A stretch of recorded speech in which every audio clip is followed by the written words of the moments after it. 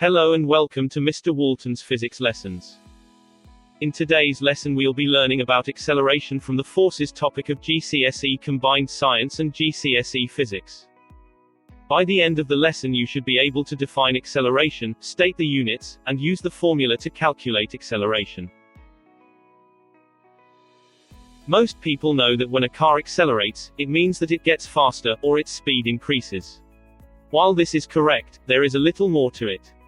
If two cars accelerate from 0 to 30 meters per second, the one that does this in the shortest time has the greatest acceleration. To calculate acceleration, we use the formula, acceleration equals, change in velocity, divided by time taken. Where acceleration is measured in meters per second squared. Change in velocity is measured in meters per second.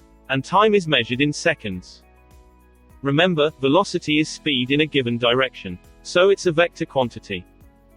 Acceleration is usually written as a equals v minus u, divided by t.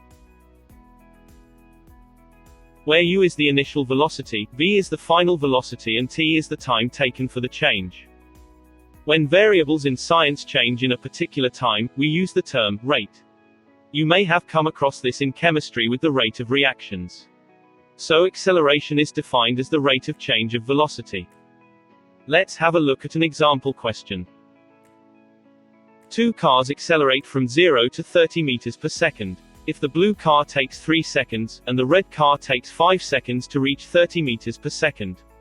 Calculate their respective accelerations. For the blue car, starting with the formula, acceleration equals v minus u over t. Which equals 30 minus 0, divided by 3. Giving an acceleration of 10 meters per second squared. Now for the red car. Acceleration is 30 minus 0, divided by 5. Giving an answer of 6 meters per second squared. So the blue car has a greater acceleration than the red one. If a cyclist slows down from 8 meters per second until she stops, we call this decelerating. The formula for deceleration is the same as acceleration. So, if in this example the cyclist takes 4 seconds to stop, her deceleration will be a equals v minus u, divided by t. Which becomes 0 minus 8, divided by 4. So, a equals minus 2 meters per second squared. The minus sign gives a negative acceleration, which tells us that the cyclist is decelerating. This is because the force applied to the brakes is in the opposite direction to the cycle's movement. As the force is negative, the resulting acceleration must also be negative, because they are both vectors. If you found this lesson useful, please give it a like and subscribe to see future lessons.